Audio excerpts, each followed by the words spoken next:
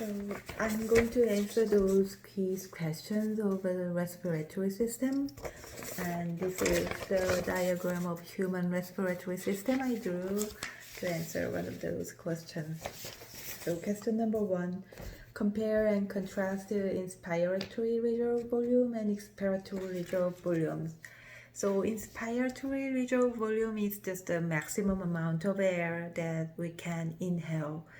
So for the typical young adult, it's about like 3,000 milliliters, which is about 3 liters. And expiratory reserve volume is the maximum amount of air that we can exhale, and it's about like 1,100 milliliters and like 1.1 liters for the young adult. And this means we can inhale more air than we can exhale. Question number 2, draw a diagram of the respiratory system and describe the air pathway, and explain the major function of each organs in the respiratory system. So this starts from here. So this is the nasal cavity. So this is located posterior to the nose, back of the nose, and this conducts air into the pharynx and larynx and trachea later. So, and they just to have some hairs and mucus lining that can filter the incoming air, and it also warms a little bit of moisturizes those incoming airs using those hairs and mucus lining. And then air goes to pharynx, and pharynx is the tube, just runs from the back of the nose to the neck, and it's another air pathway, and just the air goes, and then so through the pharynx, air goes to larynx, and also another hollow organ. And so this larynx works like a fork, so where it could go down the trachea for the air pathway, but it also goes to the esophagus for the nutritional substances to be digested.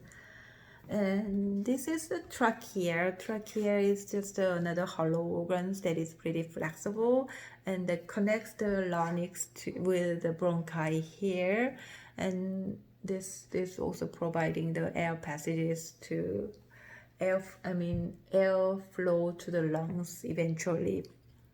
And this is the bronchi. So bronchi carries air from the trachea to the lungs here, and then finally there is a lung with some alveoli. So there are lots of these alveoli, the little circular cells, and that is the site of gas exchanging. So the inhaled air with the loss of oxygen moves from alveoli and then to the blood vessel. So lung has also alveoli and blood vessels called capillaries. So those inhaled air with like a loss of oxygen moves from alveoli to the blood in the capillaries and goes to all the bodies that needs oxygen.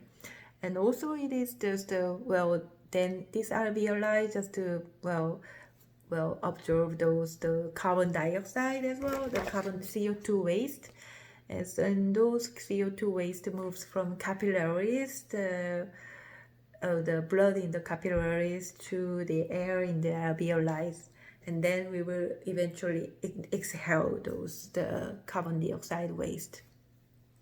And at the base of the rib cage, there is a diaphragm. It's a kind of very thin sheet of skeletal muscle, and so diaphragm is just a keep contracting as we breathe in and out. So air is moved to the lungs by, well, increasing the volume of the cavity, the volume of the chest cavity, and then also then air can move out of lungs by the decreasing the volume of the chest cavity. And so those diaphragm just keep continuing those contractions, and it just conducts make a kind of vacuum effect, so the air can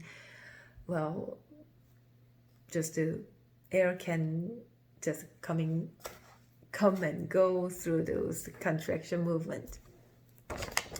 Okay, so that's it. And question number 3. Explain how the respiratory system is closely associated with the cardiovascular system. So cardiovascular system and respiratory system basically works together to circulate the blood and some oxygen, and also they remove the waste like carbon dioxide, CO2 waste in the body. So the air breathed in and held in the lungs, and they will be transferred to the blood, and the blood will be circulated by the heart. Basically, the blood will be circulated by heart, and the heart that pumps the oxygenated those oxygen-rich blood from the lungs to the whole body. So they basically work together for those blood circulation as well as the oxygen circulation. And question number 4, what factors can influence the breathing rate? So there are lots of factors that can influence our breathing rate, like age and gender, or some weight also influence those rates, and any chemical amounts in the blood or any medicine. And also it depends on the emotional state of each person at certain time, like a fear or pain. And also there's one important factor is the exercise, the level of the physical activities. So if the level of physical activity goes high, and then the breathing rate will be getting higher as well. So all of those factors can influence the breathing rate. And question number 5, how does asthma influence breathing? So asthma occurs when we have the constricted airway, due to the inflammation, so the airway becomes really swollen and inflamed due to the asthma, and they just eventually produce a lot of extra mucus as well. So that whole of those inflammation and extra mucus makes it difficult to breathe, and that is how asthma occurs.